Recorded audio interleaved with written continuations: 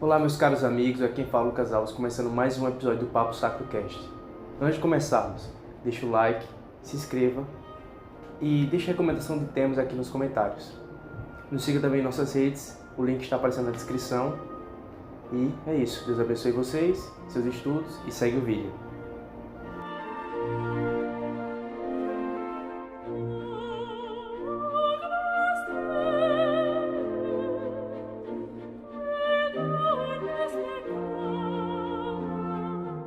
Então, meus amigos, estamos iniciando o episódio.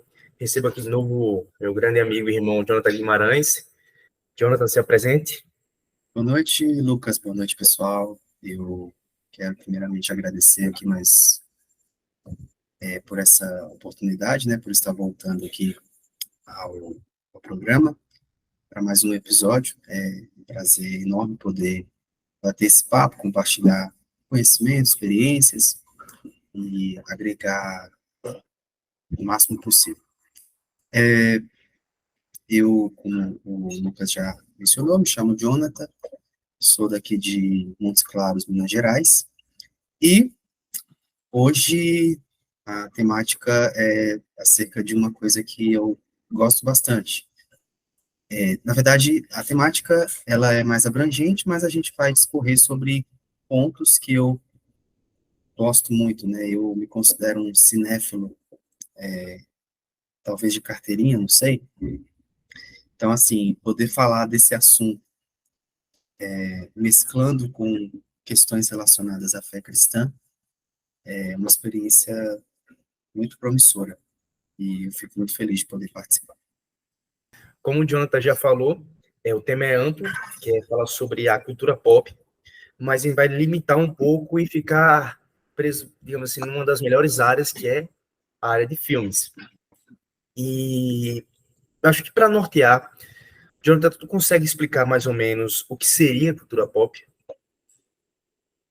Cultura pop, é, apesar de ter esse nome, né, pop, talvez seja associada aí ao estilo musical pop, que é um estilo mais dançante, que tem ali a parte musical, mas quando a gente fala em cultura pop, nós estamos falando, na verdade, de um entretenimento abrangente, que parte de conceitos mais simples até conceitos mais complexos, mas é basicamente o entretenimento moderno que a gente vivencia. Aí temos questões infantis, juvenis, conteúdos adultos, é bem diversificado nesse sentido. Perfeita, perfeita síntese do tema. Especificamente, Jonathan vai falar sobre filmes e o cristão. A gente vai falar, né, sobre Deus não está morto, tem pode até pincelar um pouquinho, mas o foco não vai ser esse filme, esse tipo de filme cristão. Eu, pessoalmente, não gosto. Já gostei quando era mais jovem desse pegada gospel. A gente pode até tratar um pouquinho disso mais na frente. Sim, sim. Mas a gente vai falar sobre filmes em si, filmes que, digamos assim, são cinema e que podem ter uma certa pegada que possa passar uma mensagem cristã, até sem, sem ser algo proposital, até meio que proposital, ou às vezes não, e como o cristão lida com essa ideia de, por exemplo, filmes que passam uma mensagem que Deus é maligno, ou que o mal vence, ou que o reino das trevas é de alguma forma muito soberano e, digamos, pau a pau com Deus. Então, para a gente iniciar, vamos para a primeira pergunta, que é: quais personagens ou histórias de filmes populares você acha que refletem valores cristãos, mesmo que não sejam explicitamente cristãos? Rapaz, então, quando a gente fala em cinema, a gente está falando, acima de tudo, de arte. O cinema, ele é uma, uma arte, é uma das 7 artes, né, universais. E por ser arte, naturalmente ele já reflete algumas questões de cunho divino mesmo, porque Deus, ele tem a sua manifestação artística. Então, quando a gente se depara com uma obra cinematográfica que trata sobre questões da vida, sobre questões do ser humano, da espiritualidade. Ainda que a obra não seja declaradamente gospel cristã, ela está retratando isso. E um filme que eu, assim, eu sou apaixonado, eu acho que como produção cinematográfica ele é perfeito. E aí, olhando nas entrelinhas, ele tem essa mensagem cristã, é o A Espera de um Milagre.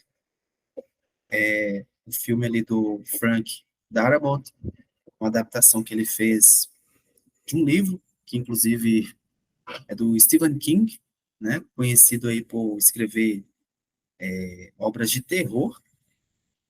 E esse filme, ele trata de algumas questões ali muito interessantes. Você tem um protagonista que é injustiçado, mas que em nenhum momento busca se vingar.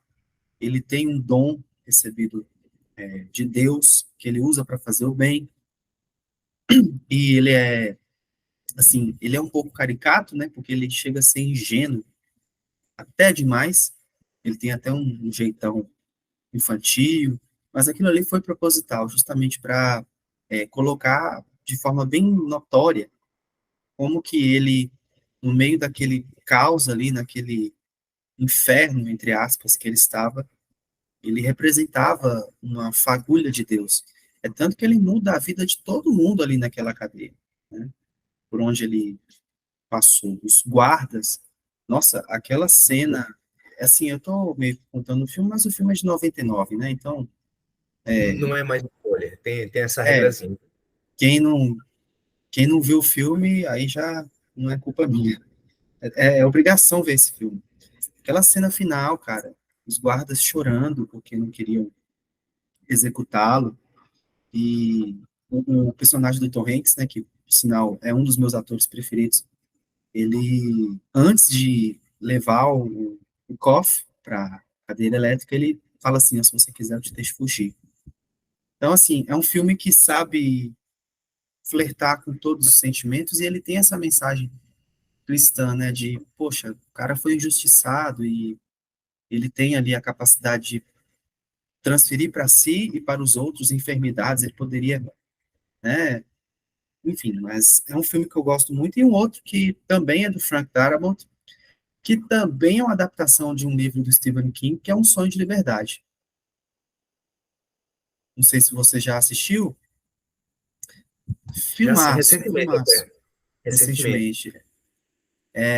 Também, né, mostra ali um personagem que foi injustiçado, e que ele usa muito da arte para conseguir sobreviver ali naquela cadeia. Ele passa por situações terríveis, terríveis, fica um tempão preso, sendo coagido. Então, assim, o cinema tem isso. Ele consegue. Eu citei esses dois exemplos porque são os que me vêm à mente, mas tem outros, né? Se eu parasse aqui para pensar, eu conseguiria citar outros. Mas o cinema tem isso, cara. Ele não precisa ser necessariamente cristão, a obra não precisa ser necessariamente cristã para transmitir valores cristãos.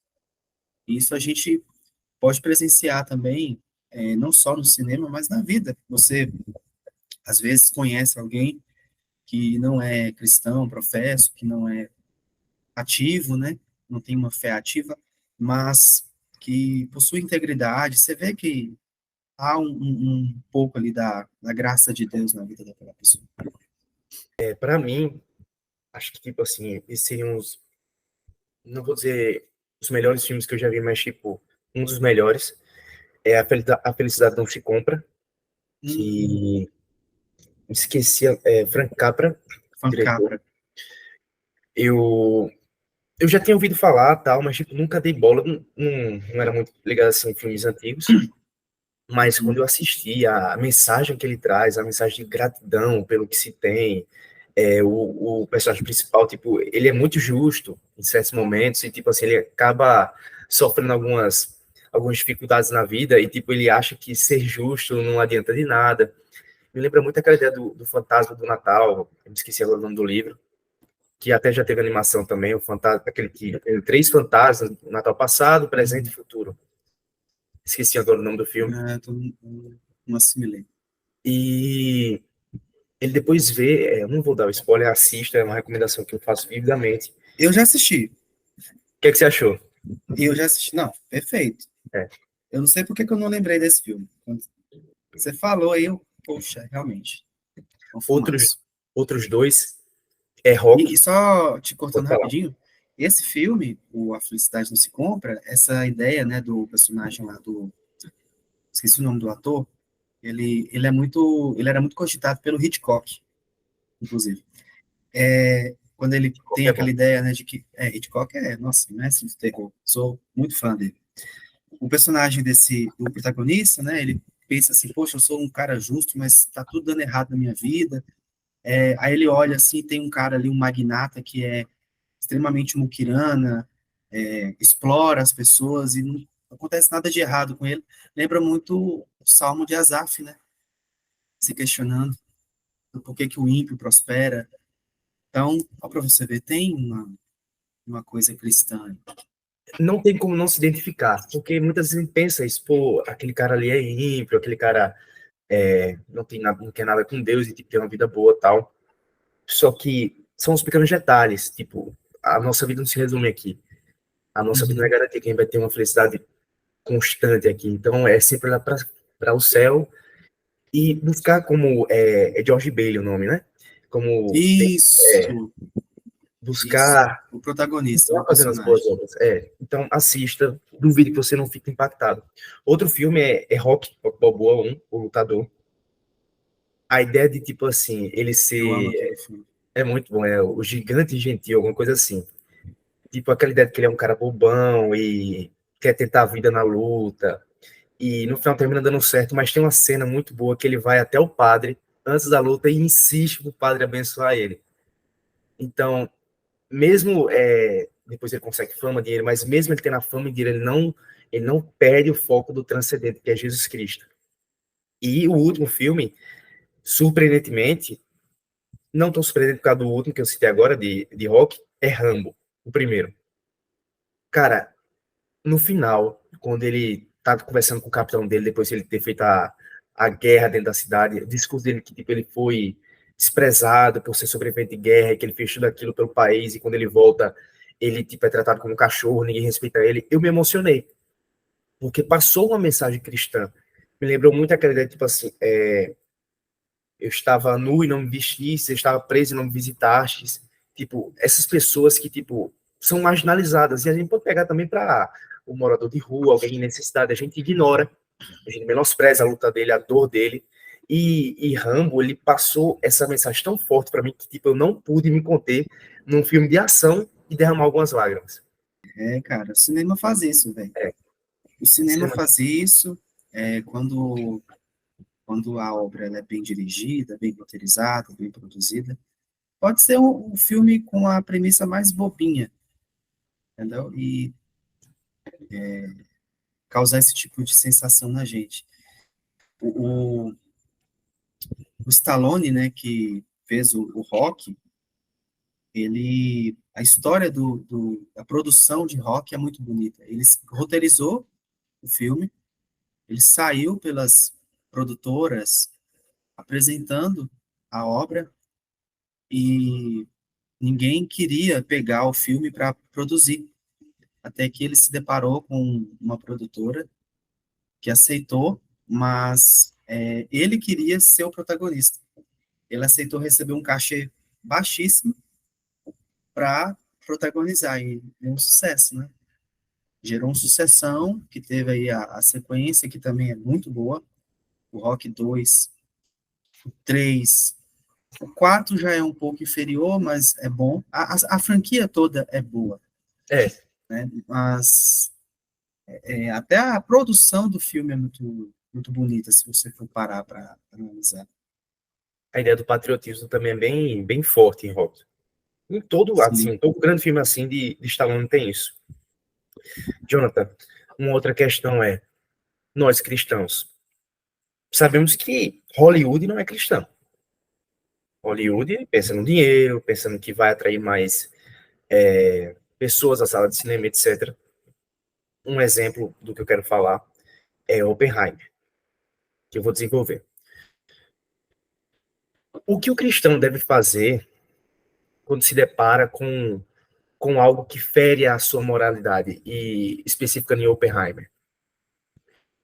Oppenheimer é um filme que para mim é cinema também, me arrependo de não ter assistido no cinema. E ele tem 3 cenas de sexo, Uhum. 3 cenas de nudez, que para mim, na minha opinião, são desnecessárias, principalmente a terceira. Não tem que, tipo, tem uma cena que ele está pelado, mas tem uma cena que ele está consumando uma relação sexual, que é a do julgamento. Para mim, não encaixa. Alerta de spoiler, não é tão spoiler, é só um detalhe do filme. Só um detalhe do filme. Não vai atrapalhar em nada o desenvolvimento. E é um filme de história, então. Como é que você lida com isso sendo um cristão, e ainda vou um pouco mais além, como um cinéfilo que você disse que é? Você acha que a nudez é sempre pecaminosa no filme? Ou ela pode ser usada como arte? Eu não vou dizer que filmes que tem muita nudez não é filme, não é cinema. Mas tem a questão de ser filme bom e filme ruim. Sim, Conseguiu entender a minha questão? sim, sim. É uma boa pergunta. É uma boa pergunta porque é um dilema para muitos cristãos. É, Oppenheimer, eu assisti no cinema, a experiência é, assim, incrível. É um Joga na cara mesmo. filme Joga na cara mesmo. que tinha que ter assistido no cinema, porque a trilha sonora é fabulosa. Você ouvir aquela trilha sonora no cinema, quando explode a bomba, nossa, é outra coisa. E é um filme, assim, top, filme top. Eu achei um pouco arrastado até a metade do segundo ato, mas filmaço. E sobre a questão das cenas de sexo, eu também achei desnecessário, a priori, mas eu pensei, o filme não é sobre a bomba, é sobre o Oppenheimer, sobre a pessoa Oppenheimer, que após todo aquele ali, aquele contexto da guerra, passou a ser investigado, teve que depor, a vida dele foi revirada de ponta cabeça, e em determinado momento do filme, é abordado sobre o envolvimento dele com aquela comunista. Então, que foi o que levantou as suspeitas do governo estadunidense de que ele seria um espião ou algo do tipo. Então, para validar que ele de fato teve um envolvimento com a comunista, o Nolan, pelo menos é a minha interpretação, ele optou por mostrar cenas de sexo que ele, no caso que ele consumou com aquela mulher. E, de fato, a vida dele envolvia traição, era um cara que tinha essa inclinação carnal. Então, assim, eu entendo que atendeu à necessidade do roteiro. Só que o que me surpreendeu, o que mais me surpreendeu foi o fato do Nolan ter colocado uma cena de sexo. Porque ele é conhecido justamente por não ter cena de sexo em seus filmes. Você pega aí A Origem, a trilogia do Batman, o Amnésia, o Grande Truque, não tem cena de sexo. Se não me engano, esse foi o primeiro filme. Então, assim, eu acho que foi desnecessário, ele perdeu ali um pouco a mão, não precisava ser uma coisa tão expositiva, apesar que não é sexo explícito, né, que tem ali. Poderia ser uma coisa mais na sugestão, talvez. Eu curto quando isso acontece. Mas, mas tem uma finalidade para o roteiro. É igual, por exemplo, o, o Lobo de Wall Street, já assistiu? Do Scorsese? Ali só não é um filme, né, pornográfico, que tem um elenco de presos, mas as drogas e o sexo ali rola solto. E é muito bom, é um Então, bom filme. na minha opinião, o Lobo de Wall Street é um dos melhores filmes de Scorsese. Novamente, é, a minha leitura é a mesma que eu faço da de Oppenheimer.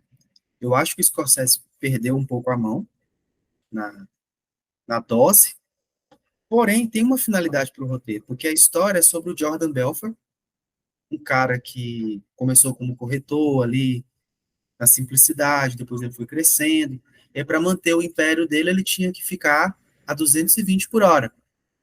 220 por hora? É. É que tem uma expressão assim, né? Não sei se eu falei certo. Mas ele tinha que ficar na ativa. Então, ele passou a consumir muitas drogas, né? E ele tinha que ter também uma vida sexual ativa para ele conseguir se manter. Pelo menos é o que ele pensava. Não estou dizendo que isso é o que deve ser na vida real. Não estou dizendo que isso tem que se aplicar para todo mundo. Mas na cabeça dele, para ele manter o império que ele construiu, ele tinha que o quê? Fazer muito sexo e consumir muita droga. Porque se ele não fizesse, ele iria implodir. Inclusive, tem um momento lá do filme que o personagem do Matthew McConaughey fala isso para ele. Pergunta, né, se ele se masturba. E aí ele fala, ele fica meio sem graça, né? Aí o personagem do Matthew, que é o Miranda, se não me engano, o nome dele, fala, não, você tem que fazer isso, você tem que cheirar, você tem que... Então, tem uma finalidade no roteiro, o consumo de drogas e sexo. Mas foi necessário da forma que foi mostrada? Eu acredito que não, poderia ter dosado um pouco mais. E aí, assim, eu acabei divagando um pouco, mas respondendo a sua pergunta, eu não tenho problema com esse tipo de situação, desde que tenha uma finalidade para a história. É igual recentemente, eu assisti a um filme que eu detestei, cara, chamado Ninfomaníaca. Já ouviu falar? O filme ruim, bicho. O filme ruim. O filme ruim. Eu fui assistir porque eu queria entender a história, né? Uma mulher que teve a vida destruída por conta do vício em sexo. Mas, velho, o filme, ele não desenvolve a história. Eles colocam umas metáforas nada a ver no meio dos diálogos. E tem muita cena de sexo. Assim, se o filme fosse bom, se ele tivesse roteiro, se ele tivesse enredo bem desenvolvido, as cenas de sexo teriam um bom proveito para a história. Mas não. Eu acho que eles focaram mais nas cenas de sexo, que inclusive tem sexo explícito, não como um filme pornográfico, mas tem, e é muito ruim, cara. O filme é muito ruim mesmo. É tanto que tem a parte 2 eu nem quis assistir, de tão ruim que é. Então, assim, eu não tenho problema quando eu me deparo com uma obra que precisa, ou pelo menos se dispõe a usar da cena de sexo, do consumo de drogas, para a finalidade do roteiro, para explicar um arco, para dar profundidade na história. Agora, é um assunto delicado, né? Porque pode servir de gatilho para questões da lascívia, ou também quem tem problema com entorpecentes. Então, assim, quem se sente em risco diante desse tipo de conteúdo é melhor evitar mesmo. O que você falou na Infomaníaca, ainda tem cenas que foram cortadas, que, Sim, pelo que eu vi, era algo bem mais explícito. E sim. eu acho que tem um canal chamado. Deixa eu pegar só o nome aqui do canal. Mas o filme é muito ruim, velho. Eu Cara, acredito. eu acho que eu acho que é um dos piores filmes que eu assisti na minha vida. É muito ruim mesmo. Eu fiquei com tanta Jura, raiva quando eu terminei. tem que assistir o 2. Tem que assistir o 2. Não, não, perdi meu tempo. Prefiro, sei lá, ver outra coisa. Reassistir, para ver se consegue ver o cinema naquele filme. O canal é Jurandir Gouveia. E ele fez um vídeo recentemente sobre a. Eu sou inscrito nesse canal. É muito As bom, é muito análises bom, são muito é muito bom. boas. E ele fez um vídeo falando sobre a questão do sexo nos filmes. E ele falou um termo que é sexo explicação e sexo exploração. Cara, em muitos filmes, o sexo é colocado só para atrair visibilidade e para causar o pior que existe no ser humano, que é cobiçar uma mulher que não é sua. Deixa eu pegar um exemplo. Pronto, o exemplo de o Lobo de Wall Street. É Lobo de Wall Street, né? Lobo de Wall Street. É. Tem a Margot Robbie. E nesse filme, tipo, existem vídeos no YouTube que falam só dessa cena, tal, não é nem sobre filme, é só sobre a Margot. E quando ela fez Barbie, o pessoal tava criticando ela porque ela não estava mostrando o corpo no filme. E, tipo, cara, ela é uma atriz. Mostrar cenas de corpo, assim, uma coisa mais explícita, é uma coisa acidental no ideia de atriz que ela é. Então, esses filmes, essas cenas mais explícitas, terminam só hipersexualizando uma pessoa. Estou falando no papel da atriz, hipersexualizando a atriz e tirando o foco a grandiosidade que ela tem. O Jurandir, ele fala que, tipo, tem-se como fazer uma cena de sexo, mesmo que ela seja importante, tem como se fazer sem se mostrar algo explícito. No Cavaleiro das Trevas, que a gente mencionou agora. No 3, o que ele ressurge, o Cavaleiro das Trevas ressurge, tem uma cena que Bruce tá com Talia al Ghul, e tipo, ela chega, tá, ele tá sozinho, e não tem uma cena de sexo explícito. Fica Mas na depois, sugestão. apaga e aparece eles na cama, tal, abraçados. A gente sabe o que Exato. aconteceu. Só que não se precisou mostrar nada. Então, tipo, eu acredito que poderia ter feito a mesma coisa.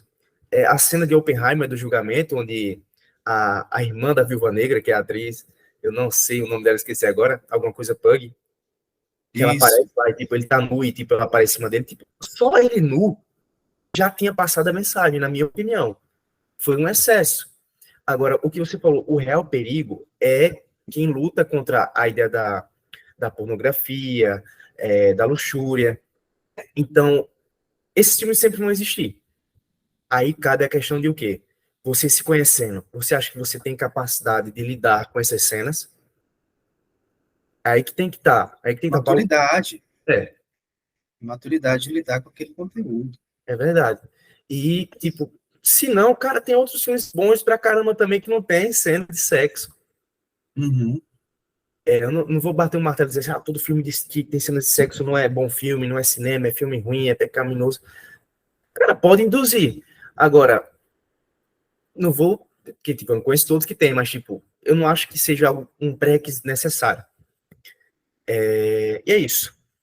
A pergunta era, tipo, o que fazer quando o filme fere alguma coisa da moralidade cristã? Abster, né? Se abster. Tipo, ligar o botão da descrença. Tipo, pô, se está acontecendo aqui, ou se é algo de sexo, ou alguma imoralidade sexual, ou imoralidade mesmo, tipo, é só um filme e tal. Se bem que É, tem, se bem que tem diretores que tipo, botam cena assim que simula não vou falar a palavra para não vou falar para, né? algoritmo. É, tipo, uma cena de um ato sexual obrigatório que fere a dignidade da mulher, pronto. E tipo assim, a pessoa fica questionando a moralidade do diretor que botou uma cena como essa. O que, é que você acha dessa questão? Tipo, como é que o cristão lida com, não assim específico, mas em todo, como é que o cristão deve lidar com a dificuldade que fere a moral cristã em algum filme? Então, novamente, é a questão da necessidade do roteiro. Se a história pede, eu não vejo problema em colocar, desde que não seja algo forçado.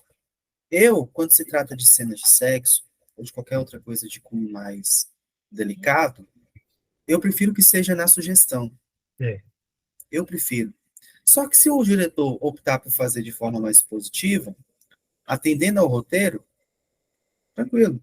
Eu citei o caso da ninfomaníaca. Uma das coisas que não me fizeram, aliás, que me fizeram não querer ver o segundo filme, é porque o primeiro filme, a utilização do sexo não é para atender ao roteiro. Ainda que a premissa nos faça acreditar que as cenas de sexo estão vinculadas à história, ao roteiro. Mas não, cara. O que eles fizeram ali foram colocaram um tanto de cenas de sexo explícito e não desenvolveram a história. Aí você fica o quê? Quase 2 horas vendo cenas de sexo desconectadas, uma, um enredo muito mal desenvolvido. Então, esse filme, eu sei que ele gerou muita polêmica na época justamente por conta das cenas de sexo, e foi muito assistido. Mas é um filme ruim. Agora, o Lobo de Wall Street, bicho, foi Oscar, foi indicado. DiCaprio foi indicado como o melhor ator. Ele só não ganhou Scorsese. porque Ele só não ganhou o Oscar porque o Matthew McConaughey fez um outro filme que eu não assisti, eu quero assistir, se chama Clube de Compra Dallas, se não me engano. E ele arrebentou nesse filme. Mas o DiCaprio, velho, nesse filme ele tá assim, é DiCaprio, né? É um dos meus atores preferidos, inclusive. Scorsese é um diretor que sabe o que faz. Ele sabe o que faz. Cada detalhe que ele coloca no filme, ele tá fazendo por um propósito. Até, por exemplo, aquele filme mais polêmico dele, A Última Tentação de Cristo, entendeu? É um filme polêmico que, assim, choca, mas o cara tá fazendo cinema. E aí, foi o que você disse, liga o botão das crenças, você não precisa levar a sério, apelar com tudo que você vê em filmes. Porque às vezes o cara colocou ali no filme apenas um conceito que ele quer abordar, ironizar ou qualquer outra coisa. Não quer dizer que ele está defendendo aquela visão. Então, assim, às vezes a pessoa vai assistir um filme achando que vai ter um evangelismo por trás do filme. Ah, eu vou assistir ao filme porque eu quero princípios cristãos. Igual recentemente o filme da Barbie, teve gente reclamando do filme porque o filme não tinha princípios cristãos. Ah, vai tomar banho, entendeu? Poxa.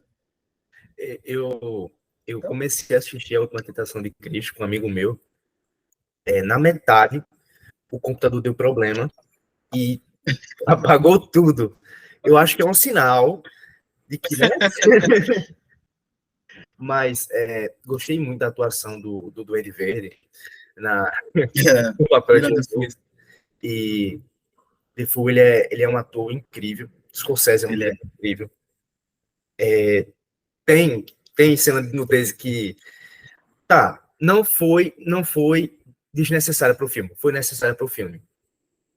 Mas fazer um filme de Jesus e botar um tema como esse é arriscado. Eu entendo quem critica e eu entendo quem não critica. Sim, sim, Aqui, os dois lados são considera herético, mas com zero cinema. Tá naquele ali, aquele meio, naquele limbo. Mas ele, por exemplo, Scorsese, ele consegue fazer filmes bons, tem uma mensagem cristã, Silêncio. Já assistiu? Silêncio, cara, eu acho que Silêncio eu não assisti. Dois monges, dois padres católicos vão até o Japão, que estava tendo problema com a questão de receber o cristianismo e tal. Já tinha tido antes uma missão com São Francisco, mas depois estava começando a acontecer alguma coisa, quem ia não dava mais notícia. E, enfim, assista. Aí no final tem um plot do caramba, e no final tem outro plot do caramba que passou uma mensagem cristã. Porque Scorsese, creio eu, ele é católico. Ele é católico. Eu não tenho certeza. É o meu diretor preferido.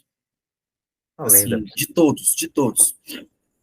Mas esse filme eu não assisti. Eu vou até colocar aqui na minha relação de filmes para ver. Dele, o meu preferido é Ilha do Medo. Nossa, aquele filme mexeu com a minha cabeça de um jeito. E Taxi Driver. Nossa, eu gosto demais de Taxi Driver. Tem que assistir.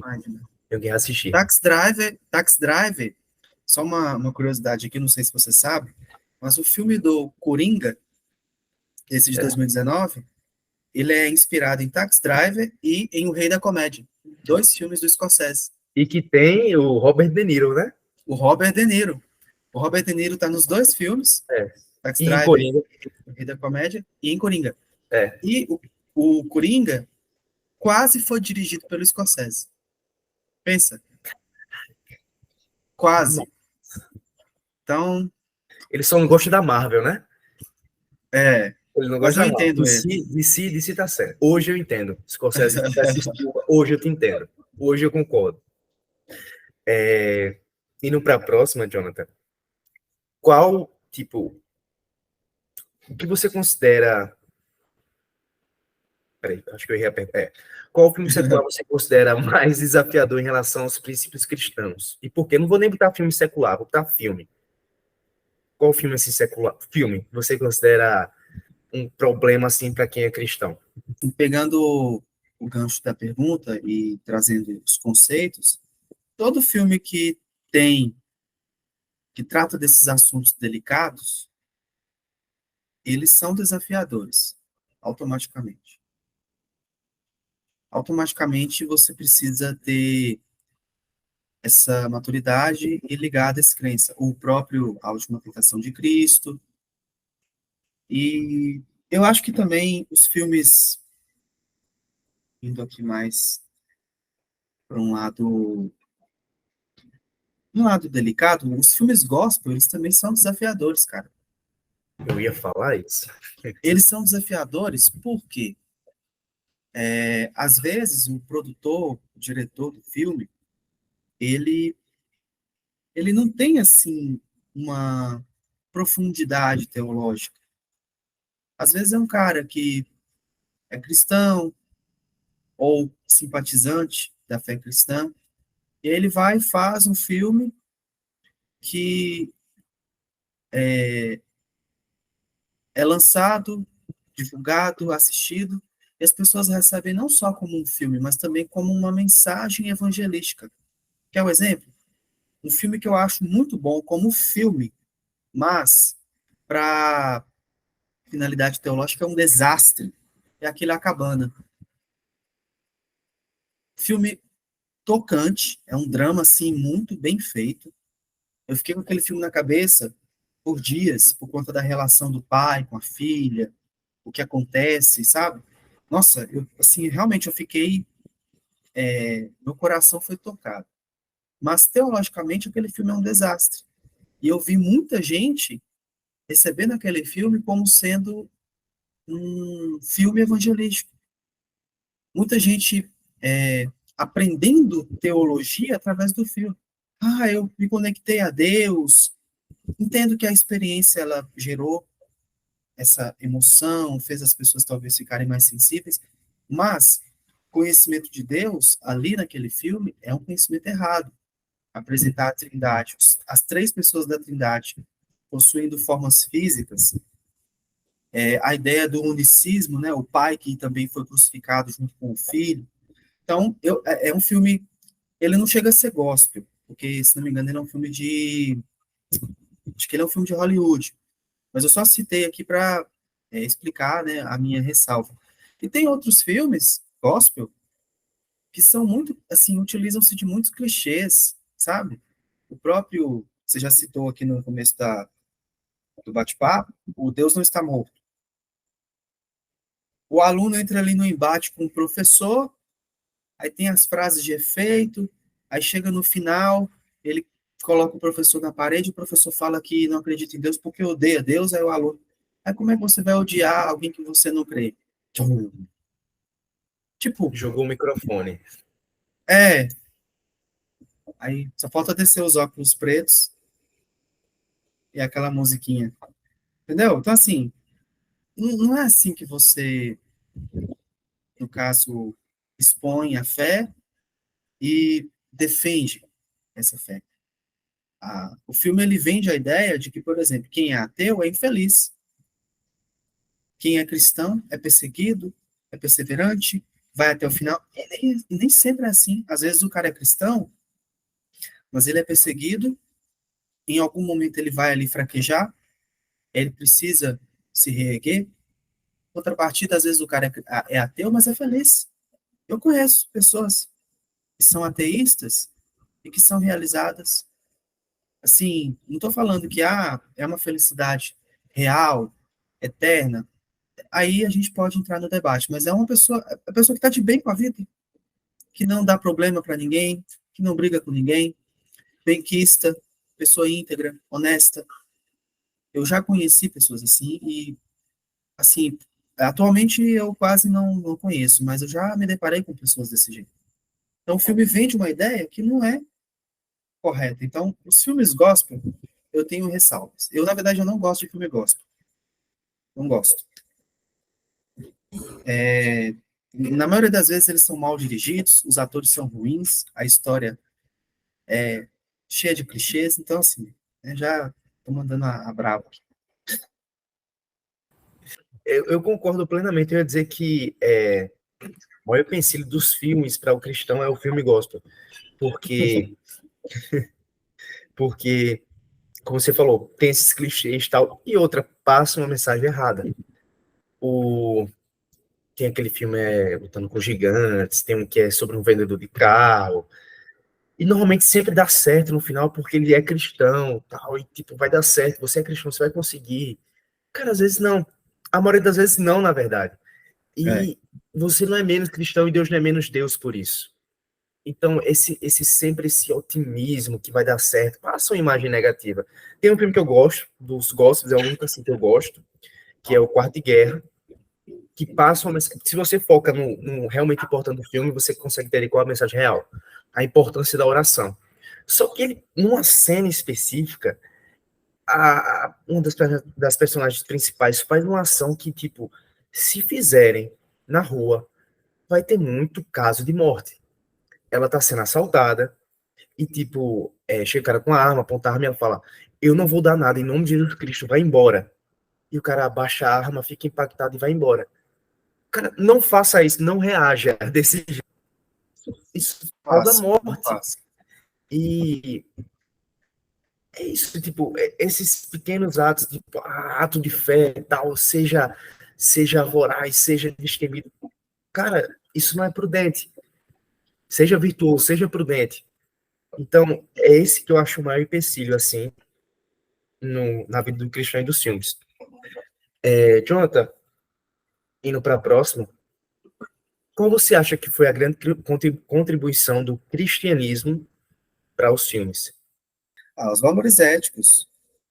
Os valores éticos, a gente já pontuou algumas coisas aqui. Os filmes bons, todos eles possuem valores éticos que estão presentes no cristianismo. Quer ver? Vou dar um exemplo aqui de um filme que, na verdade, é o meu filme preferido, e que, a primeiro instante, não parece, mas quando você para analisar, tem uma mensagem cristã, que é o Poderoso Chefão. Poderoso Chefão é uma trilogia, para quem não sabe, e o primeiro filme, ele é perfeito, é um filme que não tem falhas, a meu ver, na minha opinião, é o melhor filme de todos os tempos.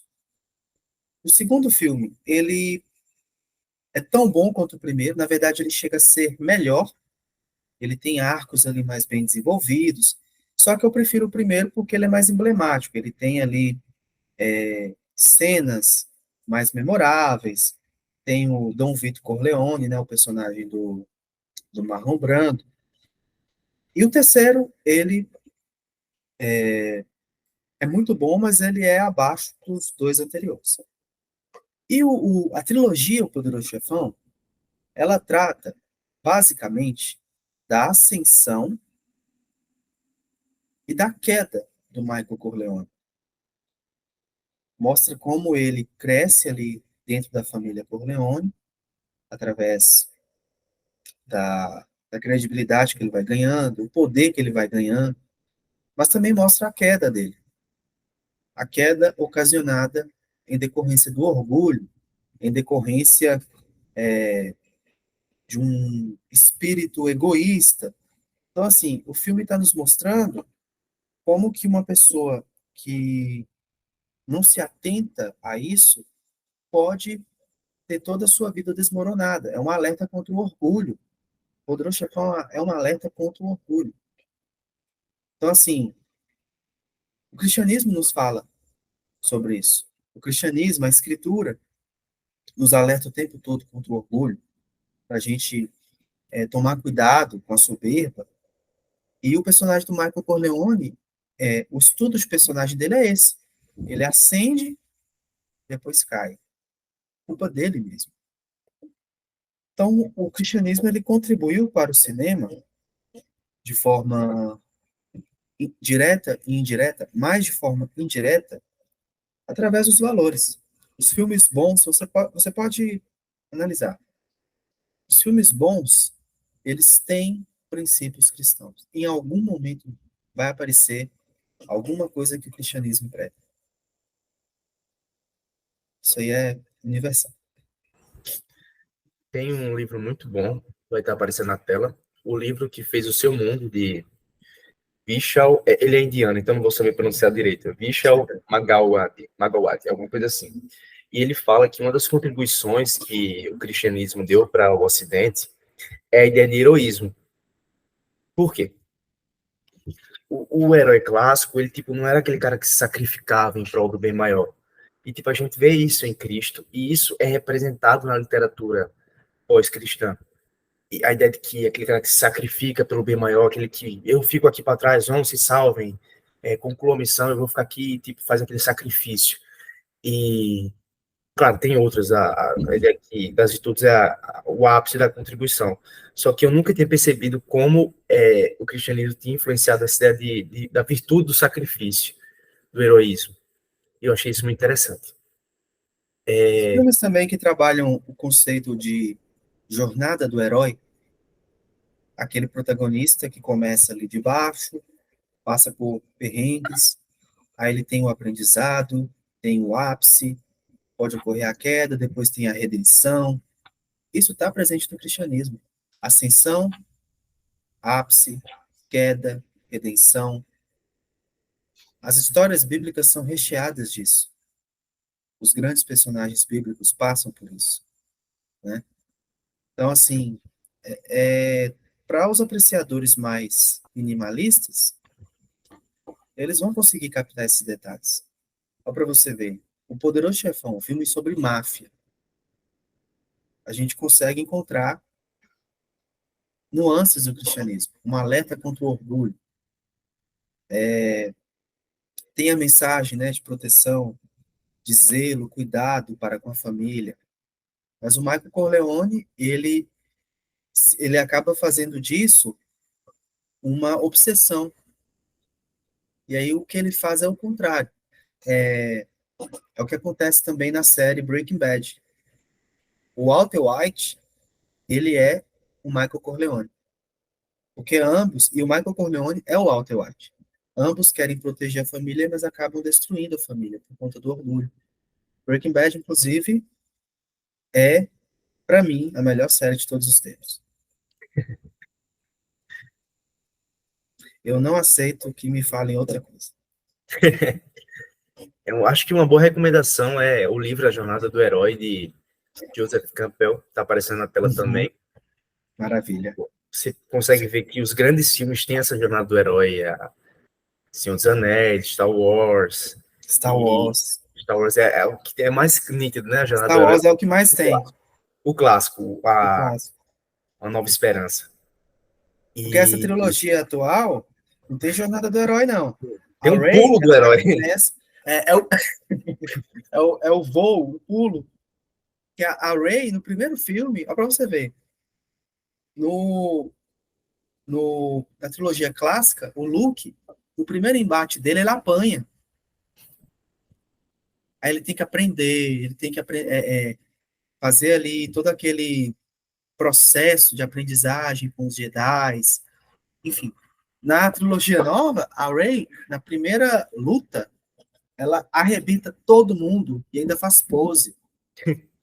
No mesmo filme, ela já aprende a controlar a força sem nenhum treinamento prévio, ou pelo menos sem, né, ter ali adquirido experiência. Então, não tem jornada do herói, não. É pulo, é voo do herói. Não tem a jornada, não.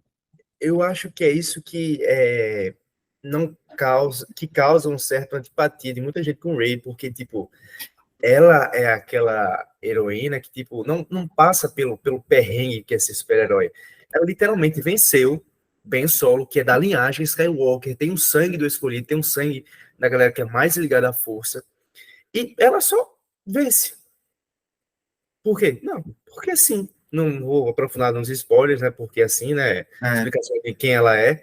Mas, tipo, não tem como a pessoa. Tipo, é mulher, acho que a mulher vai se identificar mais fácil com ela, mas, tipo assim, olhando criticamente a personagem, pô, até Finn é mais bem desenvolvido que ela.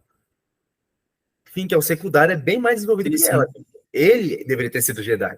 Mas, e te parece, né, pelo que o filme vai indicando, ele tem um contato com a força. E essa antipatia é porque a gente não consegue enxergar nela, tipo, aquele herói que, tipo, a gente consegue ver existindo na realidade. A Ninguém pega um... verossimilhança. Oi? A verossimilhança, a gente não É, consegue. Por isso que a gente gosta muito do Homem-Aranha. é. O Homem-Aranha é o assalariado, Montes Clarence, que pega sol, É demitido várias vezes, não consegue ter um relacionamento demitido bom, várias vezes. estável, Os sempre parentes humilhado. morrem, a Tá namorada tão lá. triste a comparação. É o trabalhador acadêmico que ganha poderes. É, o Homem-Aranha é um filme comunista que demonstra como o proletariado sofre na mão da burguesia. Tem que olhar com um olhar de classe para o filme do Homem-Aranha.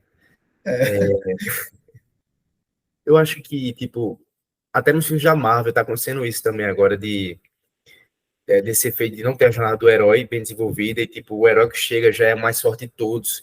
A Capitã Marvel, a She-Hulk, que, tipo, do nada ela já consegue dominar a transformação do Hulk, porque, tipo, ela é mulher, mulher lida com decepções e tal, e, tipo, o homem não.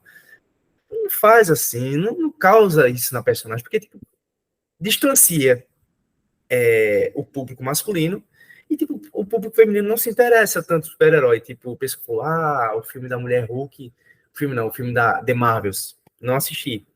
Não, tipo, não quis ir até o cinema para assistir esse filme. Mas parece que flopou já. Flopou, e foi uma das mais flopadas da Marvel. Tipo, o machismo e tal. Quem mais foi no cinema foi o homem, não foi a mulher. Então, tipo, não foi machismo, o homem foi no cinema. A mulher não se interessou em ir. Então, tipo, dialogue com quem tá indo mais, conseguindo mais seu produto no ataque. Você, Disney, Marvel, que eu sei que tá assistindo esse podcast, aprenda isso. E é isso, vamos lá. Botei para fora aqui uma crítica. E Ray tinha tudo para ser um personagem interessantíssimo. Não, Mas, por conta... só uma aspa rápida. Ok. Essa questão do personagem feminino. É que me veio à mente aqui um insight. Cara, tem personagens femininos que são fabulosos. Eu amo a Ellen Ripley, do primeiro Alien. Cara, você assistiu o primeiro Alien? Ainda não, é a saga que eu vou começar. Assista, pelo amor de Deus. A Ripley é uma personagem que é desenvolvida. E no final, ela, assim, é um spoiler, mas é uma coisa que todo mundo espera. Ela enfrenta o Alien.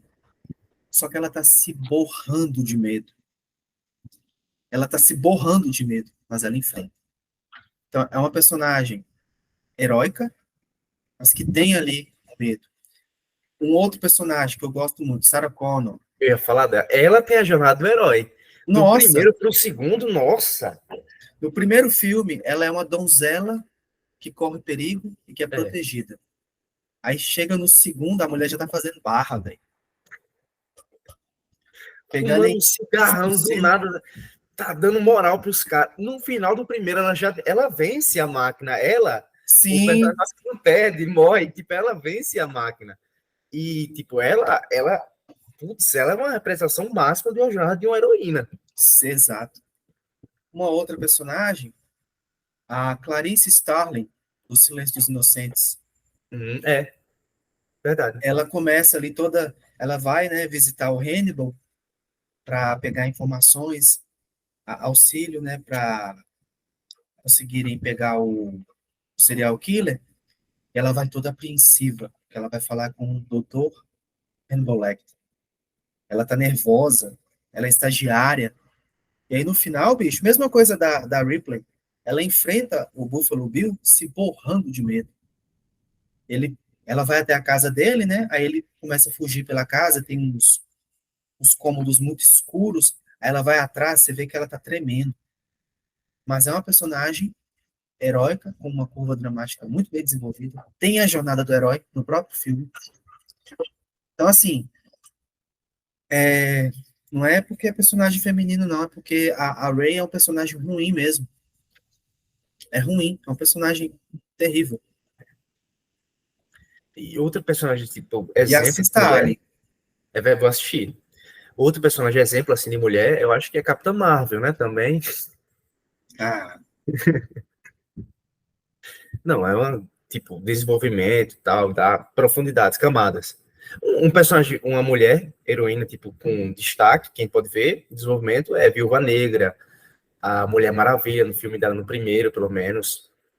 E, tipo, não é desprezo a personagem mulher, o desprezo a personagem mulher é ruim. A Furiosa, de Mad Max. Sim, outro bom exemplo.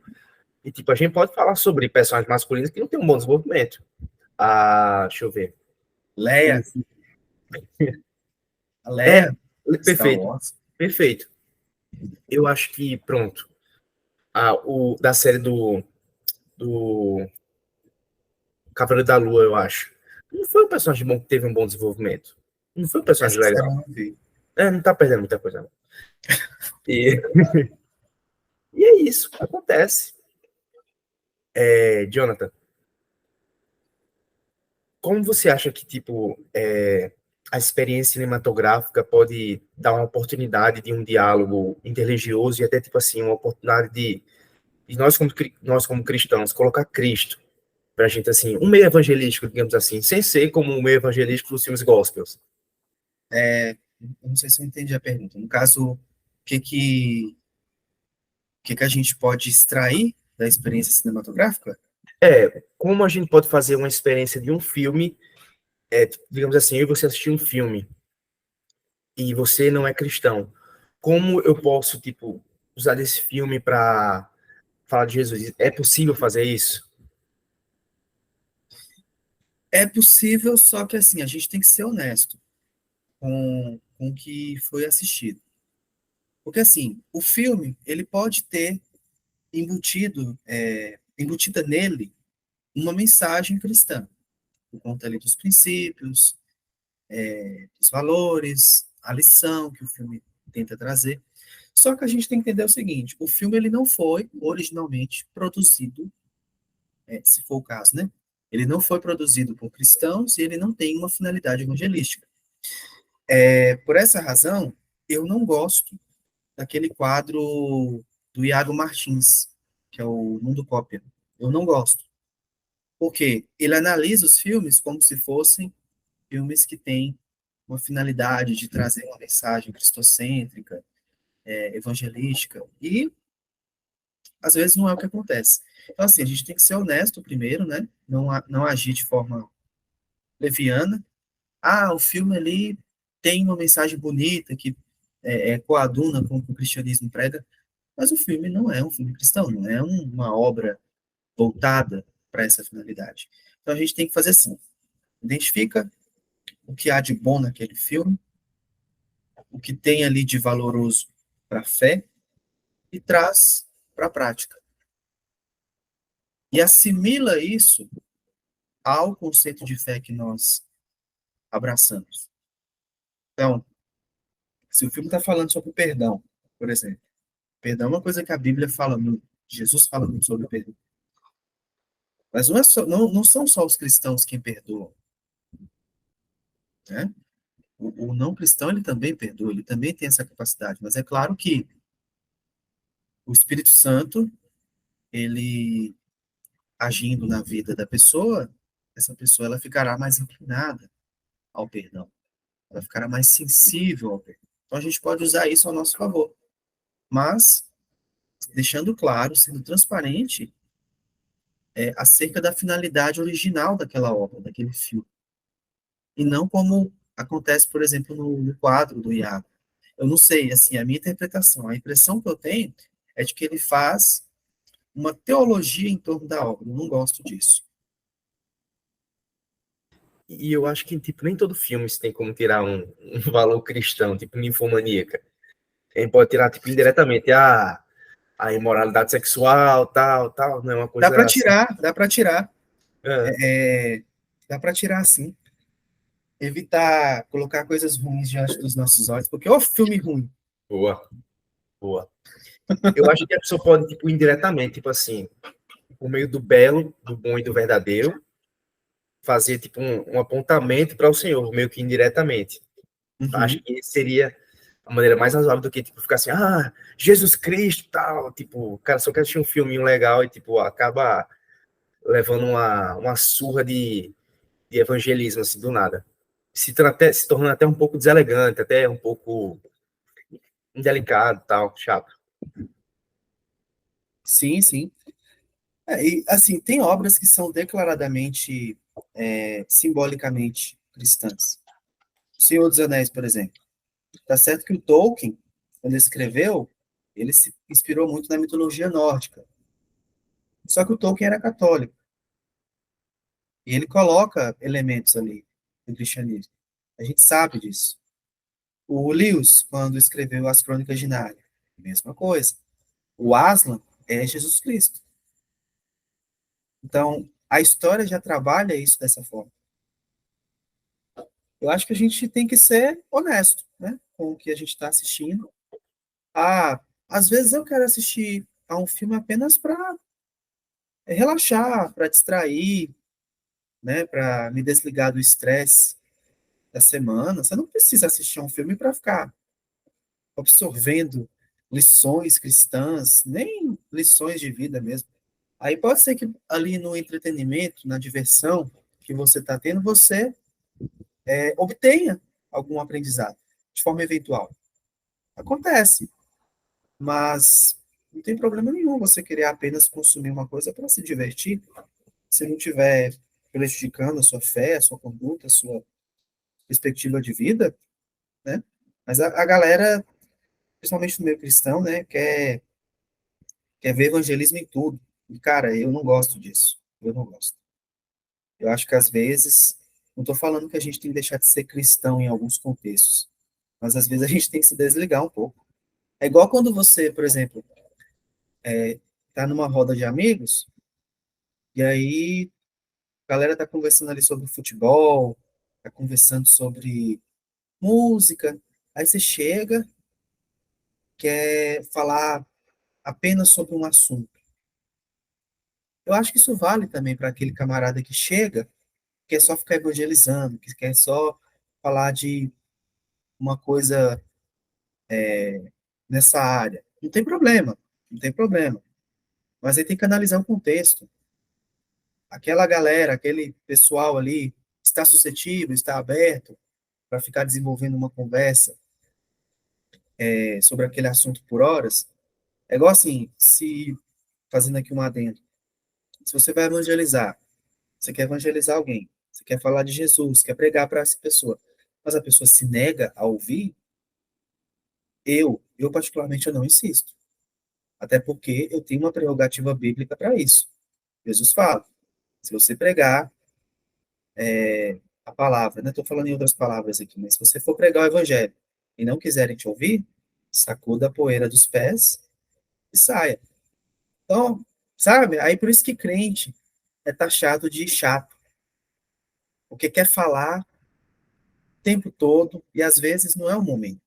Não tô falando, ó, pelo amor de Deus, pessoal, não estou falando que a gente não tem que evangelizar, que a gente tem que deixar de ser crente, cristão em alguns momentos. Mas há contexto, né? Então, assim, mesma coisa vale para os filmes. Vai assistir um filme de boa, você tá com sua vida devocional em dia, tá com seu compromisso com Deus, não tem problema nenhum você procurar um pouco de entretenimento. É até bom, é aconselhável. É terapêutico, né? É, Indo para a próxima. Depois eu vou querer sair dessa aula um pouco cristã e falar sobre filme de novo. aham. Mas antes disso, quais seriam os desafios de conciliar o entretenimento da cultura pop com a prática da fé cristã no dia a dia? Quais seriam os desafios para conciliar? Eu acho que é tomar cuidado, né, para o entretenimento não virar a prioridade, porque o entretenimento eu entendo como sendo uma coisa, assim, secundária, apesar de constante, a gente tem que consumir, né? Eu acho que é importante você sempre estar consumindo entretenimento, mas nos momentos certos. E porque a partir do momento que o entretenimento se torna prioridade, as outras coisas são prejudicadas, porque o entretenimento ele vicia, ele prende a gente. Se você pegar, por exemplo, um telefone e começar a ver vídeos no Instagram, no TikTok, a tendência é você continuar vendo. A mesma coisa, filmes, séries. Tem pessoas que maratonam séries em questão assim de horas. ficam horas, talvez até dias seguidos maratonando série. E são cristãs, mas não pegam uma Bíblia para ler por alguns minutos. Não faz ali a oração, não tem aquele mesmo esmero para com as coisas de Deus. Para com as coisas de Deus não tem o mesmo esmero que tem para com o entretenimento. Então a gente tem que tomar muito cuidado com isso. E falo a gente porque eu me coloco também nesse meio. Certamente você também se coloca, né? A gente tem que se policiar muito para não deixar isso se tornar uma prioridade. Eu acho que é o maior desafio, porque tudo que é bom vicia. E o entretenimento é bom. Você ter ali as suas doses de dopamina, as doses de prazer. Mas a dopamina, se você não tiver controle, ela vai ter um pico, né? Ela vai subir, só que tudo que sobe, desce. Da mesma forma que tem um pico, ela tem uma queda. E aí, quando tem a queda, você se sente desanimado, o prazer, ele some porque foi um pico, e aí você vai atrás de mais coisas para trazer aquele entretenimento. Isso vale para todo tipo de entretenimento. Tem entretenimentos saudáveis e entretenimentos que já são naturalmente ruins, como, por exemplo, o consumo de pornografia. Como, por exemplo, o consumo de drogas. É um entretenimento, digamos. Já são coisas naturalmente nocivas, prejudiciais. Mas você assistir a uma série, a um filme que é uma coisa boa, pode se tornar prejudicial também. E aí o seu cérebro ele vai querer mais, ele vai querer mais. E quando você menos imagina, já perdeu horas e horas, não fez nada produtivo, começa a se sentir inútil porque não produziu, enfim, é um efeito cascata. A gente tem que tomar muito cuidado com isso. É verdade.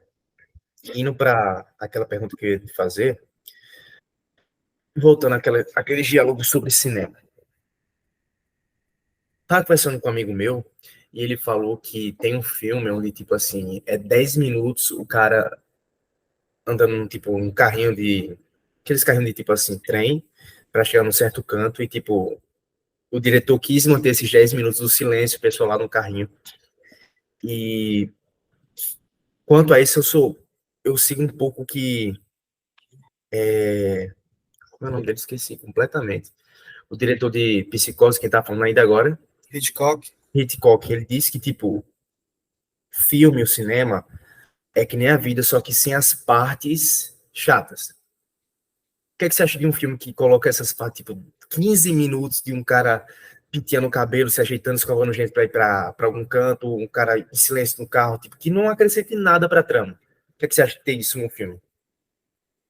novamente, a mesma questão relacionada à nudez. Se tiver uma finalidade no roteiro, é pertinente. Igual, um filme que eu vejo dividir muitas opiniões é 880. Quem gosta, gosta muito, e quem não gosta, detesta. Que é o 2001, Uma Odisseia do Espaço.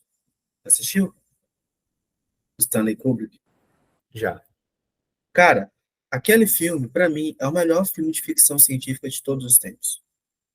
Só que ele é um filme com pouquíssimos diálogos, se não me engano, totalizando, pegando todos os diálogos, acho que dá um total de 40 minutos.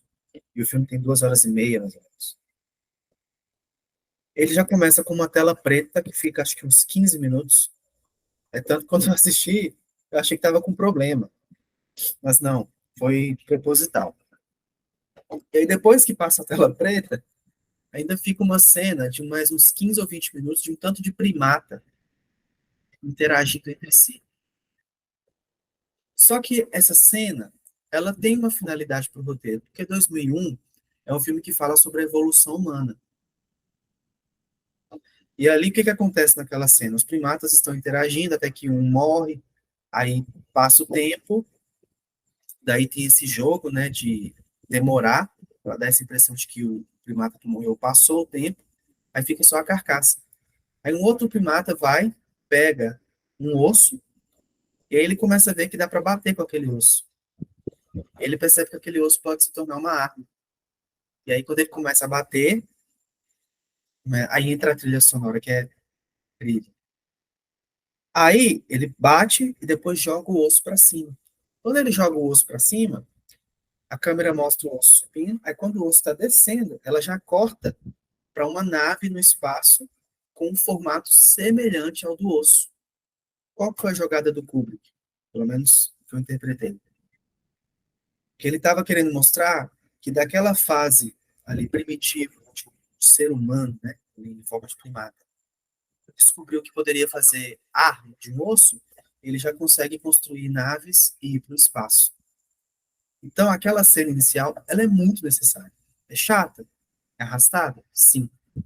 Aí, quando você começa a pegar esses simbolismos do filme, a gente consegue entender a necessidade. Então, o cinema realmente é isso. Esses diretores mais cult, né, Hitchcock, Kubrick, eles, às vezes, não são muito bem compreendidos. E eu entendo, que realmente não é um recurso muito fácil. E, cara, o Kubrick, ele foi, assim, é incrível, porque esse filme, ele é de 1968. Os Estados Unidos só foram para a Lua em 69. Então, os estadunidenses, eles ainda não tinham contato com o espaço. E o Kubrick retratou o espaço de uma forma, assim, muito fiel. Inclusive, ele foi até alvo de conspirações, né, por conta disso. Então, assim, a genialidade do sujeito. E, não, diretor fabuloso. Dirigiu O Iluminado, dirigiu Nascido para Matar, dirigiu Laranja Mecânica. Não, é um dos meus diretores preferidos também. Hitchcock também tem muito isso em Psicose, né? Tipo, os 40 primeiros minutos do filme é sobre uma personagem e tal, que tipo, a gente pensa, pô, ela tá na capa, ela vai ter um destaque no filme. É a falsa protagonista. E tem aquele plot, acho que posso. Não, não vou dar o plot aqui, não vou dar o Mas todo spoiler. mundo já conhece, todo mundo já conhece. É aquela emblemática cena dele com a faca, do assassino com a faca matando a mulher no banheiro. Eu ia dizendo quem era o assassino. Aí, Mas todo e, mundo sabe. é, era Se ele. alguém não souber, meu amigo, Tá perdendo um filme incrível, que eu assisti de novo tá recentemente a preso segunda numa vez. caverna. Eu assisti a segunda vez. A primeira vez achei muito chato, tal. A segunda, cara, eu terminei o filme, tipo, maravilhoso. Eu quero mais desse filme. Esse E filme, ele só não desculpa te cortar, pode mas falar. esse filme, ele só não é perfeito por conta do final. O final é muito bom.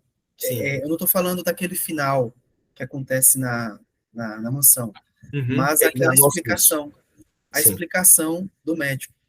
Por quê? Durante o filme, a gente entendeu o que aconteceu. Ficou bem Então, claro. ficou claro. Aquela explicação do médico, aquela explicação expositiva, inclusive, foi totalmente desnecessária. Eles poderiam ter finalizado com eles ali no hospício, né? E o frame no rosto do Bates, que ele dá um olhar sinistro para a câmera. Se eles terminassem daquele jeito, mas é um filme top, é tipo assim, é 9,8 a nota. Só não é 10 por conta desse finalzinho, que é um detalhe que, poxa, não precisava. Deu para ficar claro, porque tipo, era só explicar a relação que ele tinha com a mãe. Sim, sim. Como foi explicado? Se tivesse focado só nisso, isso por isso, tal, dá para ligar os pontos. Mas eu quero ver a continuação. Não sei se é tão. As outras, não sei se vai ser tão boas como a Não são. Hitchcock, porque foi dirigida pelo ator que faz o Bates, infelizmente falecido, Deus o tenha. Faleceu. E é isso. E como continuando quem está falando sobre a coisa desnecessária no filme, se não contribui para a trama, como você bem disse, não tem para que estar lá. Só que tem diretores que são muito excêntricos. Tá? Eu não manjo nada disso. Você talvez manje mais. Mas tem estilos de filme e tal. Eu não entendo nada. Só assisto filme, gosto muito de assistir filme e gosto dos clássicos também. Mas, tipo, não sei. Para mim, na minha opinião, tem alguns pré-requisitos que fazem um filme bom. E nudez explícita, cenas de sexo necessária, cena, tipo assim, longa desnecessária, para mim, não torna um filme cult. Torna um filme. Um filme longo, por exemplo, O Vento Levou, Casablanca, dois filmes longuíssimos, mas que são dois filmes incríveis. Eu terminei Eu amo esses O Vento filmes. Levou, Nossa. Jonathan. Eu me senti, quando tava perto de acabar, eu tava me sentindo mal. Porque eu pensei, pô, eu não vou ter mais contato com esses personagens. Quando eu for ter, não vai ser a mesma coisa, que vai ser eu vendo a mesma coisa dele, assistir o mesmo filme de novo. Não vai ser aquela experiência única de saber o que vai acontecer. Ou então ter algo novo. Então, Eu amo isso E o Vento Levou, cara. é Eu amo. maravilhoso. Isso é cinema, isso é filme. E causa essa experiência, pô, nunca mais eu vou ter contato que nem eu tive agora com esse filme, porque eu já assisti, não tem continuação. Mas é isso. Uma outra pergunta, quer que você vai falar alguma coisa? Não, não. Um outro tópico é comédia.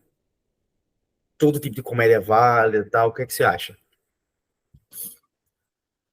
A minha ideia sobre comédia é a mesma que eu tenho sobre o humor, no geral. Eu acho que o humor ele não tem limite.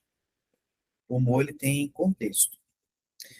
E comédia, assim, eu não sou um grande fã de comédia, mas eu assisto, eu gosto, né? Eu tenho apreço por alguns atores da comédia, o Steve Carell, Jim Carrey, Leslie Nielsen. Os caras atuam, né? Apenas o Leslie morreu, e outros mais atores são muito bons e tem muitos filmes de comédia bons na história. Só que a comédia, o que que acontece? É um gênero muito difícil de ser executado. Talvez o mais difícil. Porque, assim, inclusive, o canal do Jurandir, no YouTube, ele fez um vídeo sobre comédia, e ele fala uma coisa muito interessante que eu concordo plenamente. Por que a comédia é difícil de fazer? Porque nem tudo, um assunto, ele não é engraçado em todos os lugares. Já o drama, por exemplo, se você pega ali uma guerra, a morte de vários civis, isso aí vai ser triste em qualquer lugar do mundo. A perda de um pai, de uma mãe, de um filho, isso vai ser triste em qualquer lugar do mundo. Mas a comédia ela já não é universal. Depois, não sei se você já viu, Lucas, mas eu te sugiro ver esse vídeo no canal do Jurandir, em que ele fala sobre, eu não lembro o título, mas acho que é Por que não se fazem mais comédias como antigamente? Deixa a indicação também para o pessoal que vai assistir ao podcast. E assim, a comédia, ela não é universal. E nesse vídeo que o Jurandir faz, né, ele cita muitas comédias e você pode reparar, quem faz comédia, atores que fazem comédia muito bem, quando vão pro drama, arrebentam, velho. Arrebentam. Você pega o Jim Carrey, ele fez o Show de Truman e o Brilho Eterno de uma Mente Sem Lembranças. Meu Deus do céu, que interpretação. O Steve Carell, quando fez Pequena Miss Sunshine, que é um drama misturado com comédia, mas ele fez também uma série que ele é um terapeuta que é Psicólogo? sequestrado, Psicólogo. psicólogo, É. e ele fez um outro também que é Meu Filho Pequeno, esqueci o nome. Arrebenta. O Bryan Cranston, que fez o Walter White no Breaking Bad, ele era famoso, conhecido por fazer comédias. Muita gente não sabe disso. E aí ele vai e fez, né, ele foi lá e fez o Walter White, um dos maiores personagens da cultura pop. Então, assim, a comédia exige isso, porque você precisa se sintonizar ao público. A piada, ela precisa fazer sentido naquele contexto, naquele local. Quando o produtor, o diretor, o elenco consegue captar esses detalhes, sai coisa boa. Só que o problema da comédia também é que ela está sendo dosada. E eu acho que quando você começa a dosar a comédia, quando ela fica muito politicamente correta, ela já para de funcionar. Porque, poxa,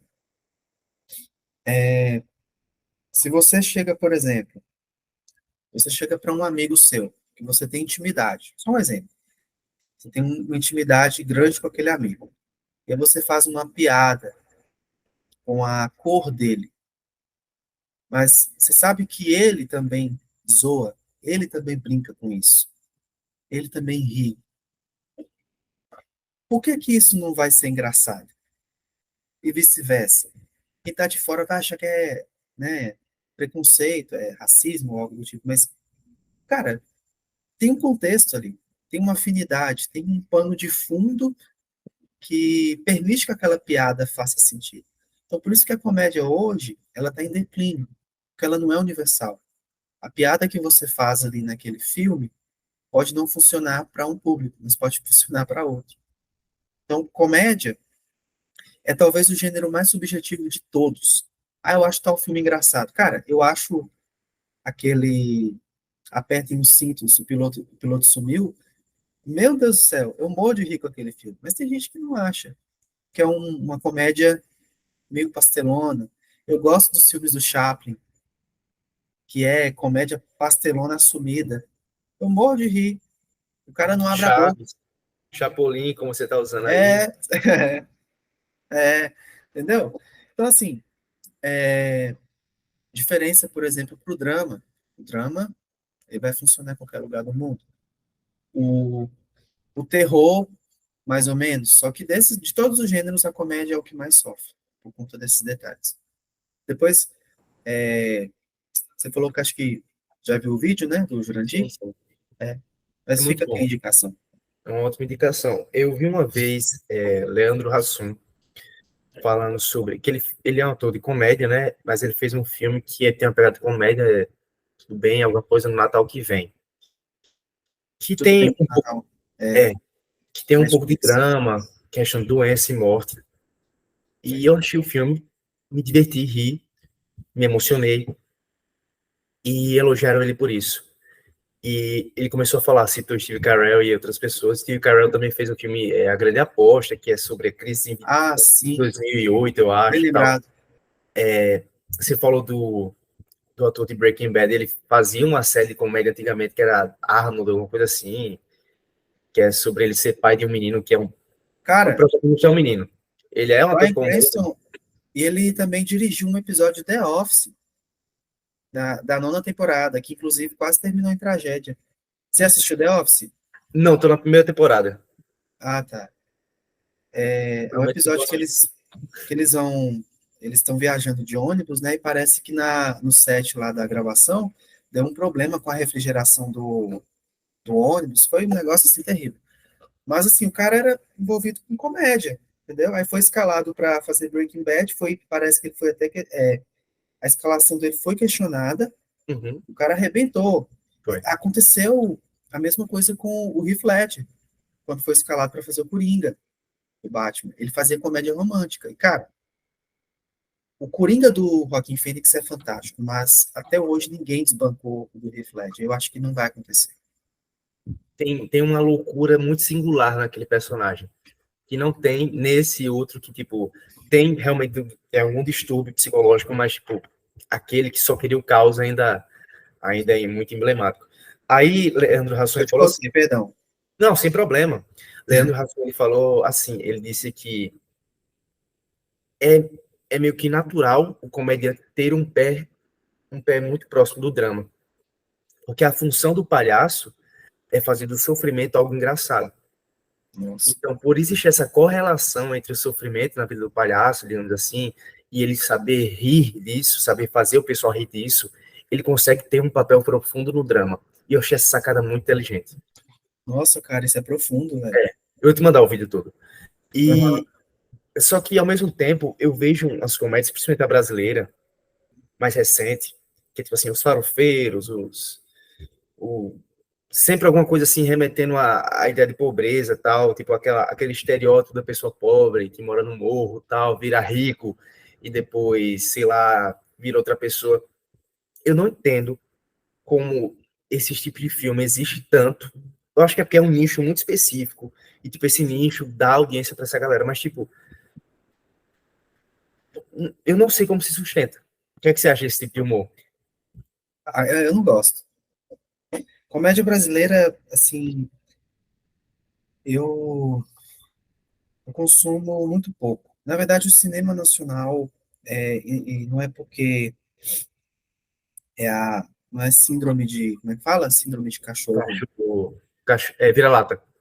vira-lata, de gostar só de coisa do exterior, mas é porque realmente o cinema brasileiro, ele, talvez por falta de recurso, não sei, ele é inferior. Então, no geral, eu não consumo muito. Tem obras primas do cinema brasileiro que não são da comédia, como Cidade de Deus, Tropa de Elite, Central do Brasil, O Alto da Compadecida, que é comédia, muito boa, inclusive. Todo filme que Selton Mello. Carandiru, Todo filme que Selton Mello participa. É bom. sim, sim. O Meu Nome Não É Johnny, Bacurau. Tem muitos filmes bons brasileiros, mas o cinema brasileiro, a gente há de convir que ele não é, assim, ele não chega ao mesmo nível. Mas, quem sabe um dia, né? A gente está aí tendo uma ascensão do cinema estrangeiro. Na premiação passada do Oscar, o Nada de Novo no Front levou 5 estatuetas, cara. Agora, mais recentemente, tem aí A Sociedade da Neve, filmaço, filmaço, inclusive, filmaço, filmaço. Fica aqui a indicação. Filme espanhol que fala sobre a tragédia aérea, né, do Andes, aquele time de rugby uruguaio que estava indo para o Chile, aí o avião cai no Andes e os sobreviventes precisam comer carne humana, né, a carne dos mortos para sobreviverem, continuarem sobrevivendo. Filme em espanhol.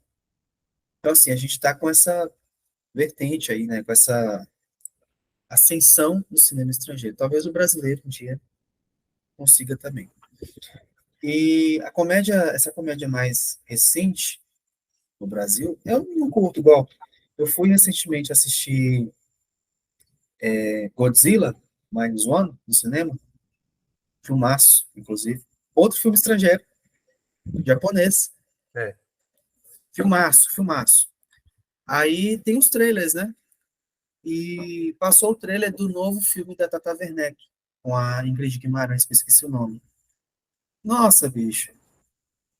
A premissa muito apelativa, é um humor que precisa se apoiar o sexo, usa o sexo como muleta, né, praticamente.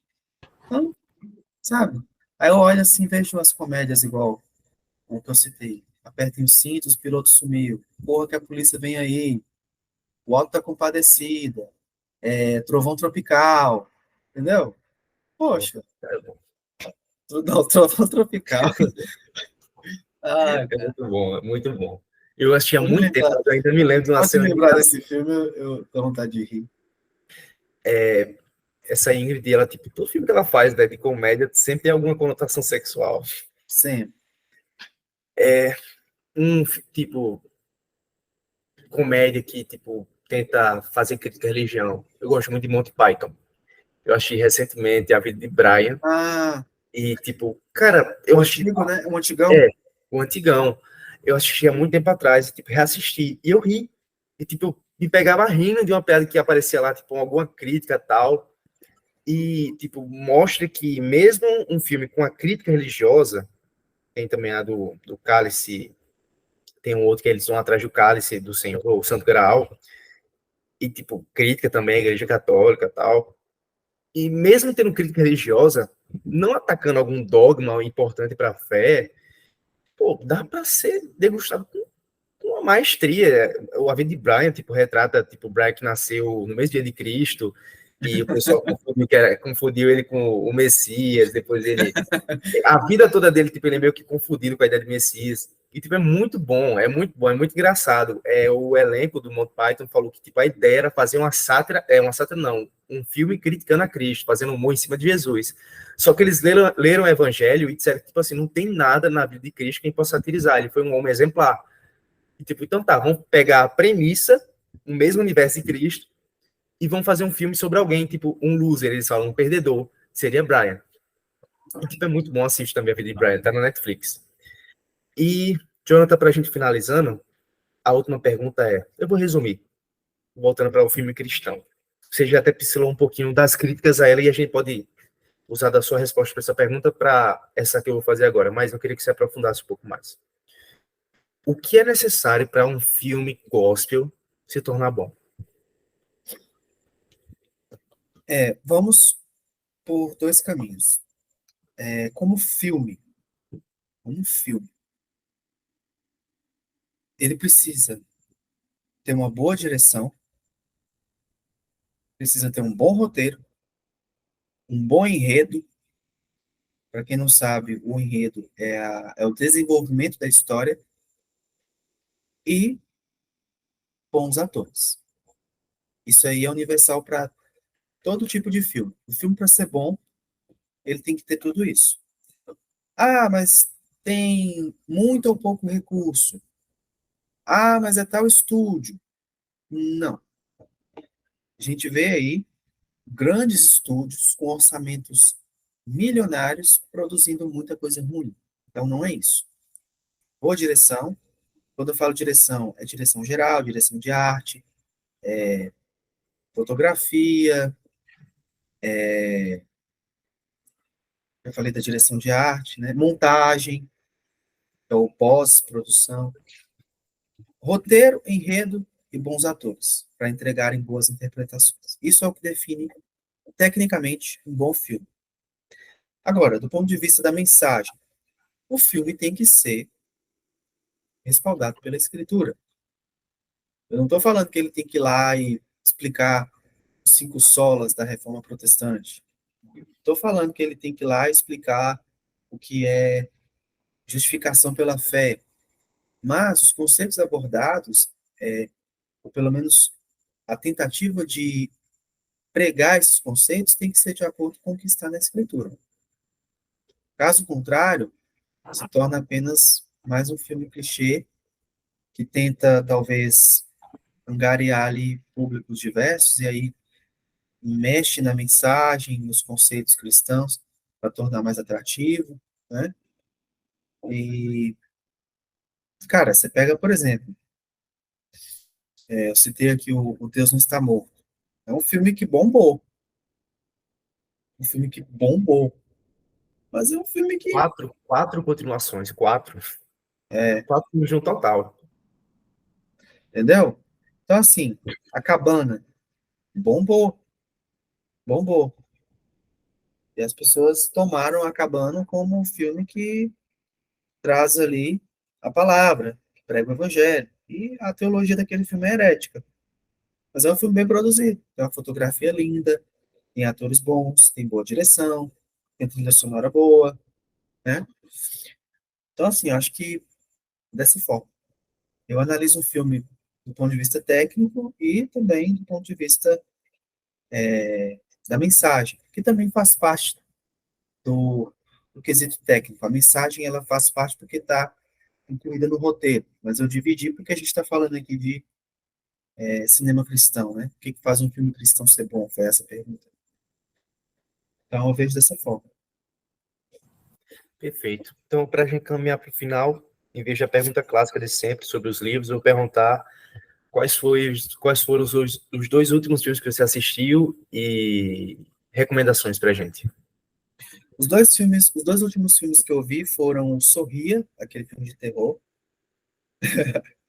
Eu gostei dele. Assim, é um filme razoável, tem alguns furos de roteiro, algumas inconsistências, mas eu gostei.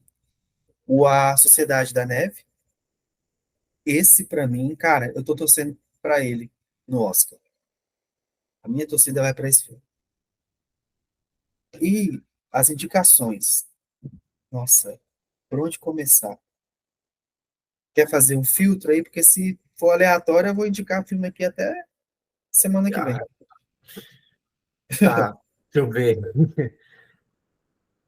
Uma pegada, vamos ver assim, pô. Quem tá gravando aqui, quem tá em clima de férias, solta, solta um filme assim pra gente ver assim, descontraído, um filme assim de férias. Quando sair não vai estar ninguém mais de férias, sei lá, mas solta assim um clima de descontração pra relaxar, pra rir, pronto. Olha, eu indico os que eu citei. Eu indico Apertem o cinto, seu piloto sumiu. o Corra, que a polícia vem aí, Trovão Tropical, filme de comédia. Acho que são boas indicações para quem quer descontrair. E eu ia indicar filmes de terror, mas não sei se. Pode, pode, pode. Ó, indico um dos filmes de terror que eu mais gosto, O Bebê de Rosemary, um terror psicológico assim incrível. Hereditário, muito bom. Não gostei. Não gostou? Gostei. Ah, a gente vai ter que conversar no É privado. verdade. Eu vou te convencer do contrário. Muito justo. O Exorcista, que para mim é o melhor filme de terror de todos os tempos, tanto na modalidade sobrenatural e possessão, quanto terror no geral. Eu divido o terror assim: terror sobrenatural, psicológico e slash. E o Exorcista ele lidera o terror no geral para mim.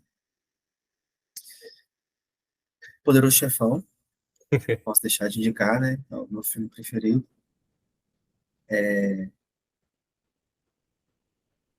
Deixo a indicação também do Ilha do Medo e Taxi Driver, do Scorsese. E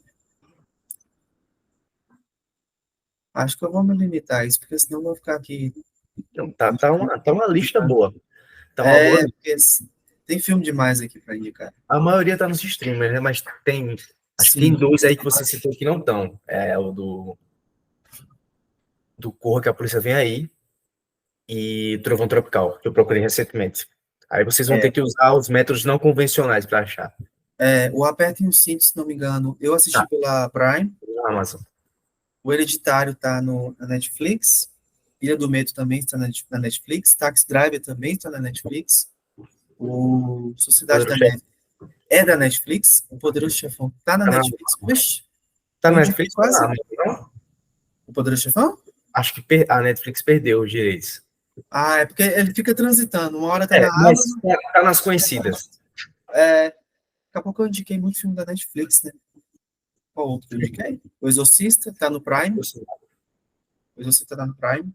A versão do diretor, a longa. Isso. Eu vou parar por aqui, senão eu vou ficar o restante do dia todo indicando. É isso. Jonathan, muito obrigado, meu irmão. Conversa maravilhosa, descontraída. Foi um bate-papo sobre Sim. cinema e filme cristão. E é isso. Quer fazer alguma consideração final? Fala do seu livro. Cara, eu quero agradecer mais uma vez pelo convite, né? Foi um prazer, assim, imenso falar sobre esse assunto, que é um assunto que eu amo. Cinema, para mim, é vida. Cinema é aprendizado, não é só entretenimento. Eu consigo usufruir do cinema das duas formas. Até quando eu tento relaxar, assistir apenas ali para descansar a cabeça, eu não consigo desligar o lado técnico. Eu fico captando coisas. Então, assim, graças a Deus, hoje eu consigo mesclar essas duas coisas de forma natural. E, nossa, foi muito bom mesmo o bate-papo. Assim, a gente conseguiu discorrer bem sobre o assunto.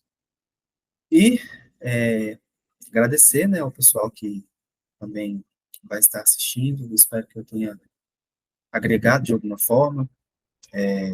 Espero que nós tenhamos agregado de alguma forma, né? E sobre o livro, ele, no caso, você está falando do que já está publicado? Sim, a gente tem até um episódio falando sobre Sim, demonologia sim. bíblica, e vai estar o link na descrição também. E Aham, em cima do livro do Jonathan, que ele fala sobre a ideia da origem de Satanás, tal, demônios, na isso. perspectiva bíblica. E vai estar tá ainda para vender ou esgotou tal? Não. Não, ele está disponível no site da loja, no site, no site da loja da editora. Pronto. Ele está disponível. Comigo eu não tenho mais exemplares, mas ele está lá disponível, quem quiser adquirir. E o próximo volume, assim, acabou que eu tive que me reorganizar para publicar, né? Eu estava com previsão para publicar, estava querendo publicar até o segundo semestre do ano passado, mas aí eu não consegui. Então, assim, no momento eu ainda não tenho previsão para publicar o segundo volume, mas eu quero fazer isso em breve. Ele é uma continuação direta do primeiro. Eu falei naquela live que a gente fez, naquele podcast, melhor. É a mesma coisa, né? Não, não é não. Live é ao vivo, né? É. Nossa, bananei tudo. No outro episódio, eu falei que o livro, ele comecei a escrever, e originalmente seria apenas um volume, mas aí eu optei por dividir, porque ficou grande, era a primeira obra a ser publicada, então, para não gerar aquela suspeita ao público, eu preferi dividir. Aí acabou que eu tinha me programado para lançar o segundo volume em 2022, aí eu joguei para 2023, aí não deu, mas em breve sai. Amém. Vamos orar também pelo livro. Então é isso. Jonathan, muito obrigado. Pessoal, vamos nos despedindo. Deus abençoe vocês, seus estudos e seus filmes. E é isso. Até a próxima. Até a próxima. Valeu!